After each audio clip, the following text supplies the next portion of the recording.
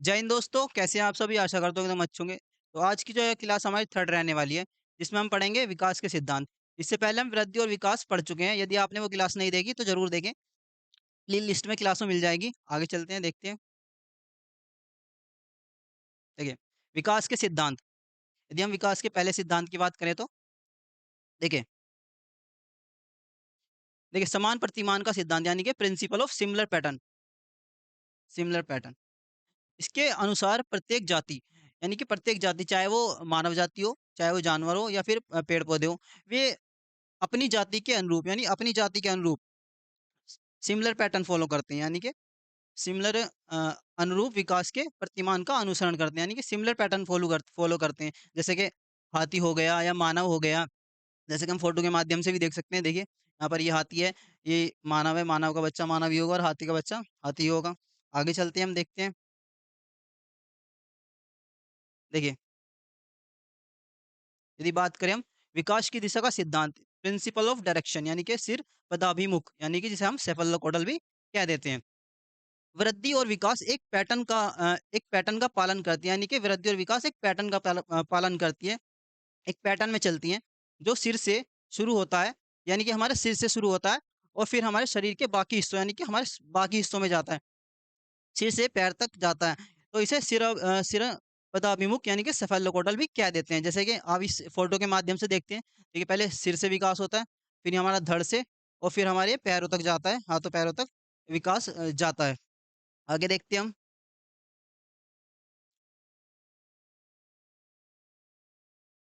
देखिए, दूराभिमुख यानी कि प्रोक्सिमल डेवलपमेंट। देखिए, इसके बारे में पढ़ते हैं हम। विकास शरीर के मध्य भाग से परिधि की ओर बढ़ता है। यानी कि इस क्रम में पहले व्यक्ति की रीढ़ की हड्डी पहले इस तरह से लेटता है बच्चा जो है, उसके बाद वो भारी विकास यानी कि भारी विकास होता है। पहले अपने रीढ़ की हड्डी को सँभालना सीखता है, फिर है ना भारी विकास होता है बच्चे का। इसे हम इसके माध्यम से भी समझ सकते हैं, जैसे कि बच्चे को आप अपनी उँगली दो, तो आपको उँगली कस के पकड़ लेता है, यानी कि उसके आंतरिक विकास होता है। आगे चलते हैं हम, देखते हैं।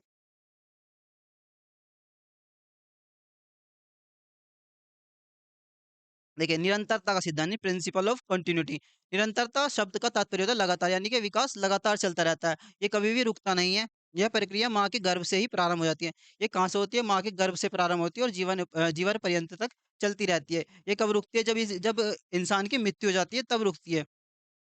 इसकी गति जो है, इसकी गति कैसी होती है? इसकी गति धीमी और तेज़ होती है। कभी-कभार इसकी जो गति होती है, वो कभी धीमी हो जाती है और कभी तेज़ होती है, लेकिन ये कभी भी रुकता नहीं है। चलिए आगे देखते हैं हम।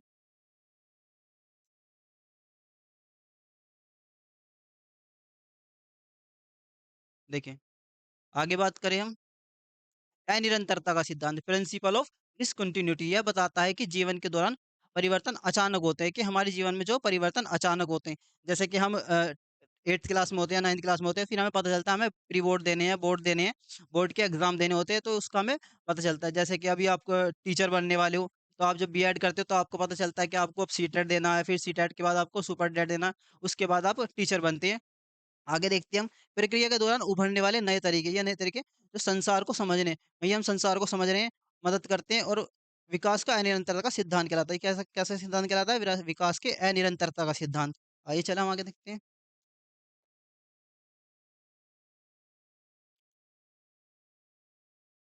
देखिए, बात करें सामान्य से विशिष्ट क्रियाओं का सिद्धांत। बालक सबसे पहले कौन सी क्रिया करता है? सामान्य क्रियाएं करता है, फिर विशिष्ट क्रियाएँ करता है, जैसे कि उदाहरण दौड़ना एक विशिष्ट क्रिया है। लेकिन बच्चा सबसे पहले क्या करता है? बच्चा पहले सबसे पहले उठता है, फिर बैठता है, फिर वो चलना सीखता है, फिर वो दौड़ना सीखता है। वो ऐसे नहीं है फिर सीधा दौड़ने लगता है, दौड़ने लग जाए। आगे हम देखते हैं,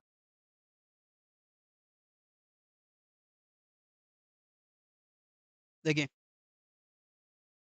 बात यदि करें हम पूर्वानुमान का सिद्धांत, यानी कि पहले से ही अनुमान लगा लेते हैं हम कुछ हद तक पूर्वानुमान लगाया जा सकता है। कुछ हद तक हम अनुमान लगा सकते हैं कि विकास किस दिशा की ओर जाएगा।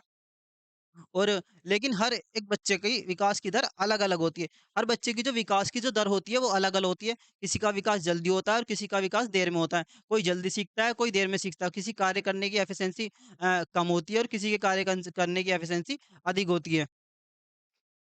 कोई चीज़ों को जल्दी पकड़ता है। आगे देखते हैं हम एकीकरण का सिद्धांत। यदि हम एकीकरण के सिद्धांत की बात करें तो प्रिंसिपल ऑफ यूनिटरी प्रोसेस यानी बच्चों में एकीकरण का गुण पाया जाता है। एकीकरण का गुण कैसे समझ सकते हैं हम? 1 सेकंड लगेंगे।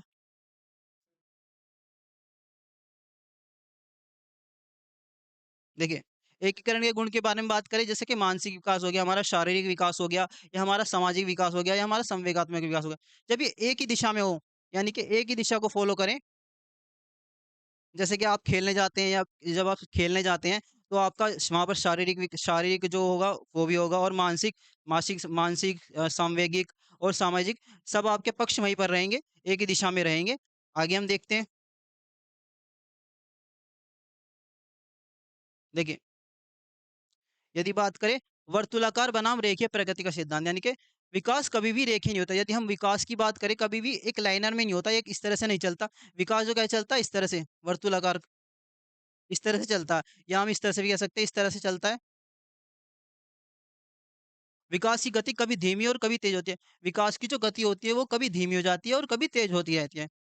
लेकिन यहाँ पे देखिए, यहाँ पे जो विकास की गति धीमी होगी और यहाँ पे विकास की गति धीमी हो जाती है और फिर अब तेजी से बढ़ती भी जाती है।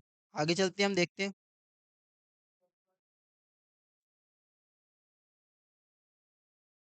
देखिए, विकास के परस्पर संबंध का सिद्धांत यानी कि विकास के जो सभी पहलू है, जैसे चाहे वो शारीरिक विकास हो, चाहे आपका वो मानसिक विकास हो, चाहे वो आपका सांवेगिक विकास हो, चाहे वो आपका सामाजिक विकास हो, सभी विकास एक दूसरे से जुड़े हुए होते हैं। कैसे होते हैं? एक दूसरे से जुड़े हुए होते हैं। 1 सेकंड। देखिए, एक दूसरे से जुड़े हुए रहते हैं। विकास के हर क्षेत्र का दूसरे पर निर्भर होना, यानी कि एक दूसरे पर निर्भर रहते हैं वे और दूसरे को प्रभावित भी करते हैं। कहीं न कहीं भी एक दूसरे को प्रभावित भी करते हैं। विकास के परस्पर संबंध का सिद्धांत कहलाते हैं। परस्पर संबंध का सिद्धांत कहलाते हैं। आइए हम आगे चलते हैं, देखते हैं। देखिए, बात यदि करें व्यक्तिगत विभिन्नता का सिद्धांत यानी कि हर बालक में व्यक्तिगत विभिन्नता पाई जाती है। किसी में कुछ गुण होते हैं और कोई जल्दी सीखता है, कोई देर में सीखता है। प्रत्येक बच्चों को सीखने की दर भिन्न-भिन्न होती है, यानी कि उनकी जो सीखने की अधिगम करने की क्षमता होती है या अधिगम करना जो होता है, वो दर है ना भिन्न-भिन्न होती है। कोई जल्दी सीखता है, कोई देर में सीखता है। आगे हम बात करते हैं, इसके द्वारा हर व्यक्ति का विकास अलग-अलग तरीके से होता है। हर व्यक्ति अलग-अलग तरीके से सीखता है। वहीं व्यक्ति की रुचियाँ, यानी कि रुचियाँ, इंटरेस्ट, सबका इंटरेस्ट अलग-अलग होता है। सबकी पसंदें सब जो पसंदें होती हैं अलग-अलग होती हैं और यदि मूल्यों की बात करें और विश्वास अलग-अलग होता है। आइए हम आगे देखते हैं।